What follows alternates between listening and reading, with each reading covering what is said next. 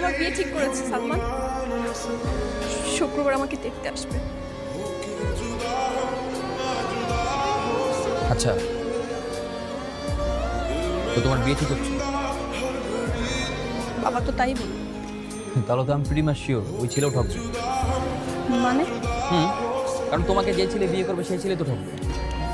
At least আর কেউ না জানুক, আমি তো জানি তুমি। দেখো, তুমি আমাকে যতটা খারাপ মনে করছো আমি তো ততটা খারাপ না। তো তুমি এতটা খারাপ না, তা তুমি কেমন মেয়ে শুনি?